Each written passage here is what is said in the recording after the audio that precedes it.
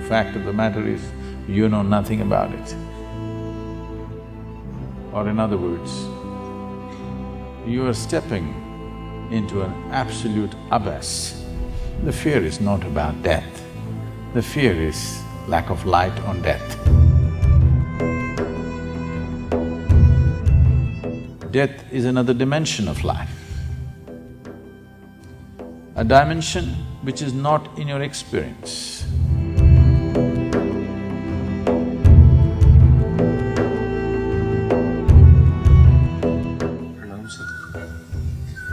They say the fear of death is the mother of all fears. Why is this so, and how can this be overcome? Say, in daylight, when you can see clearly, if I ask you to walk from that tree to this tree, you will walk, no fear. Late night, suppose we turn off all the lights and we're just one day off the new moon, so it'll be a dark night. If I ask you to walk from there to here, there may be fear. Why? Because you cannot see where your next step is. You don't know what you're stepping into. That's a fear. The fear is not about the night. The fear is about the lack of light.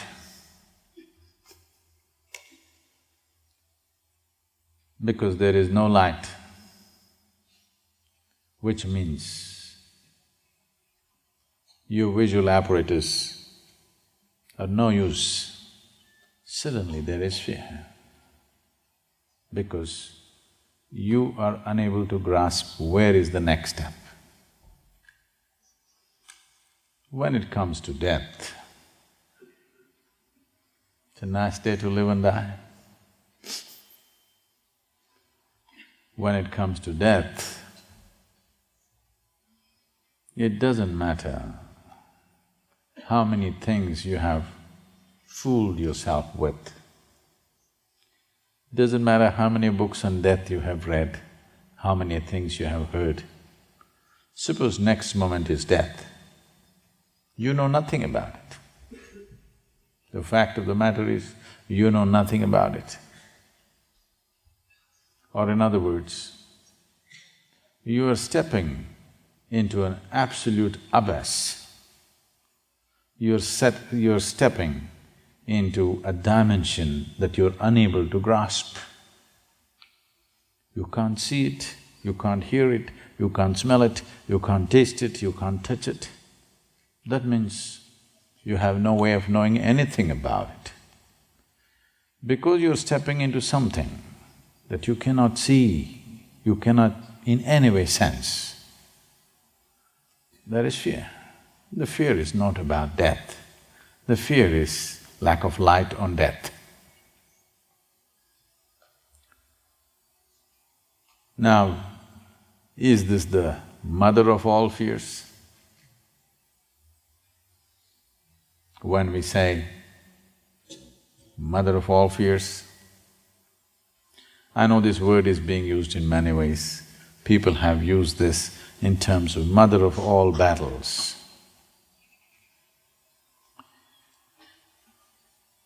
It's a wrong usage in the sense, when we say something is a mother of all, that means we're talking about that something as a source of everything.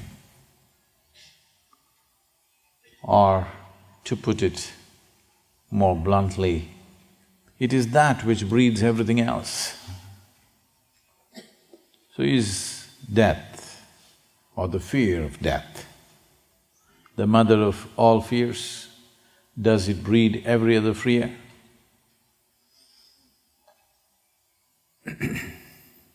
Not necessarily the death. It's the unknown. Whatever is not known to you, whatever you're not able to grasp, that brings fear. Death is a classic example of the unknown. Of all the things that you may know and not know, death is one thing that for sure you do not know. Human mind is capable of projecting itself in many ways. It's capable of corrupting everything.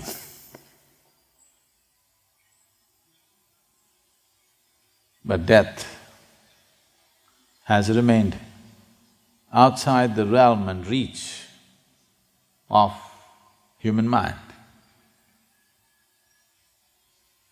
Whichever way you speak about it, people will only misunderstand because they're trying to understand it from the context and the dimension in which they are.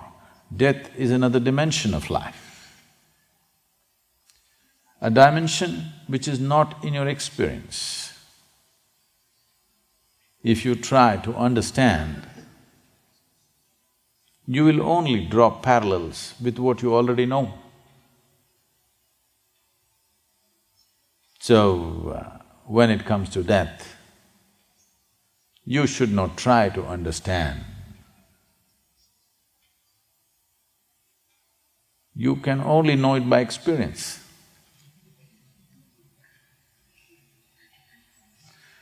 And you're not ready for it.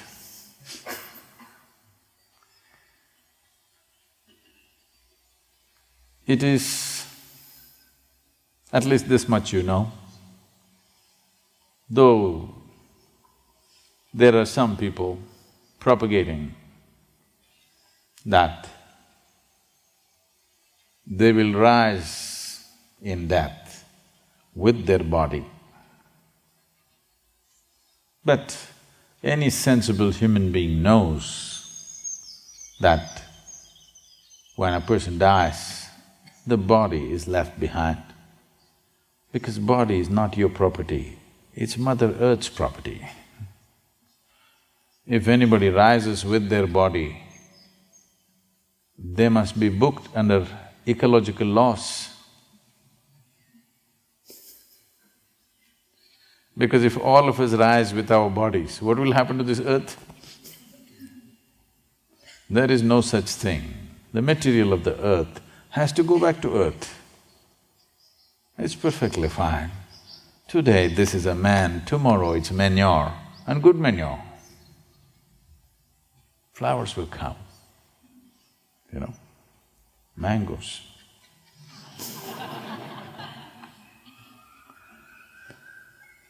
And it's perfectly fine. At least when you're dead, you could turn sweet. Isn't it nice?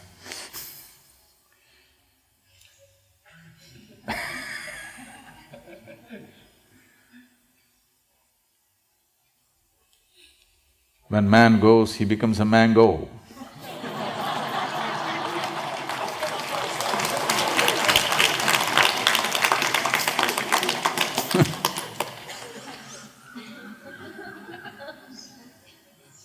So, the fear is not even about losing the body. If only you had a clear-cut knowing or an insight as to what will happen after you die, you would come to terms with it. You would check how the accommodations are out there.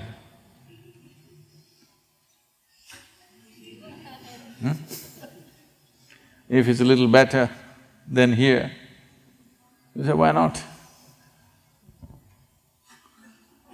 And you don't have to check whether it is Indian food or Chinese food out there, because you left the body here, you don't need food. Yes. You don't have to worry, how's the food up there? Because you left the body here. Food is not your problem. You just have to check the accommodation a little bit, how will you be? And where? But the problem is, no matter what stories they tell you, in the last 2-3 years, it's become a trend in America. Lot of people writing books of how they died and came back. If they say, my post-death experience, it'll be laughed at. So they're saying, it's my near-death experience. Near-death is not death. Yes?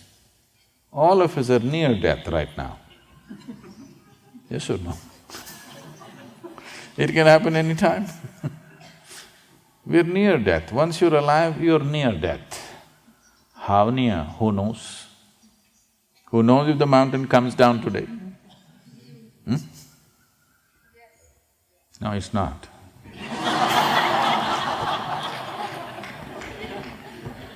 But no guarantee. There is no… It's a beautiful mountain, okay? It it has no bad reputation of erupting in fire, but suppose it chooses to erupt today, what to do? We enjoyed being at the foothills of a mountain. If she decides to erupt, what can we do? No, it's not going to happen, that's different. But what you call as life is such a fragile process. Just inhalation, exhalation, inhalation, exhalation, inhalation, exhalation. Next inhalation did not happen, gone. Just watch it. So fragile.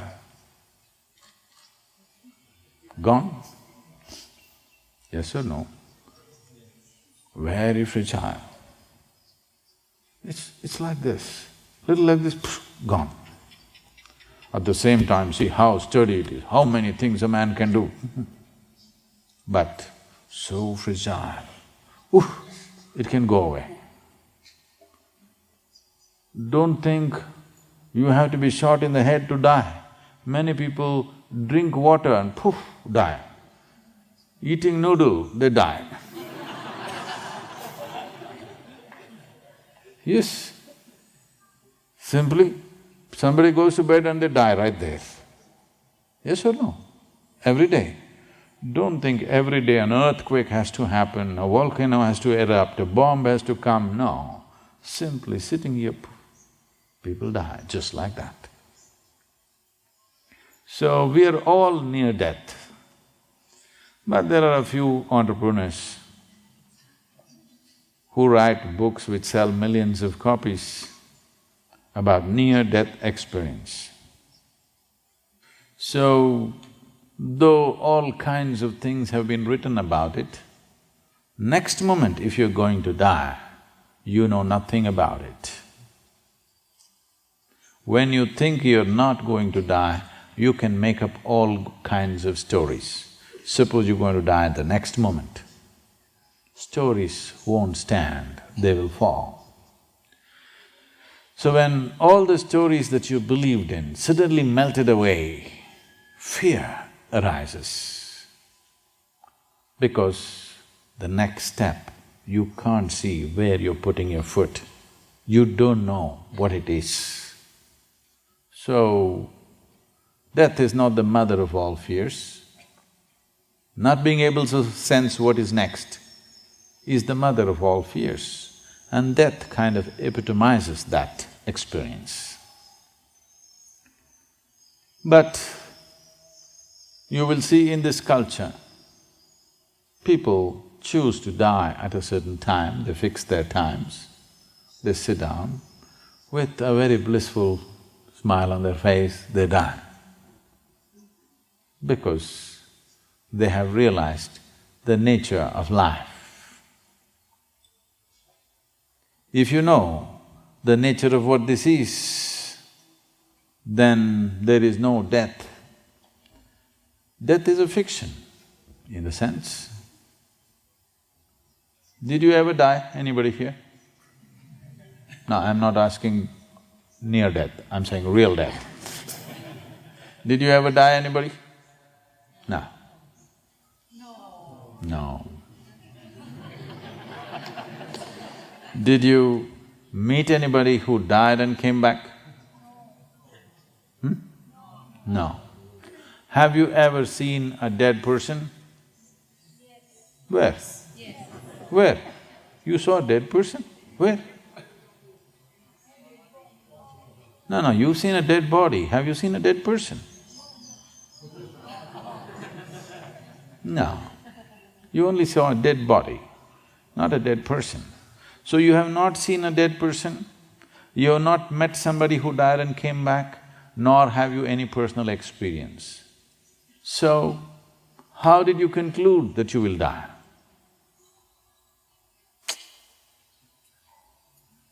How did you conclude that you will die? This is why, when you're alive, you must look at the nature of this life. If you know what is the nature of this life, if you are living here thinking that you are this accumulated body, if you are deeply identified with the body, then death looks like a dead end. If you know something in your experience, not in your thoughts, in your experience you know something beyond the body, then a dimension beyond the body is not a scary one, not a fearful one, it's a welcome one in many ways.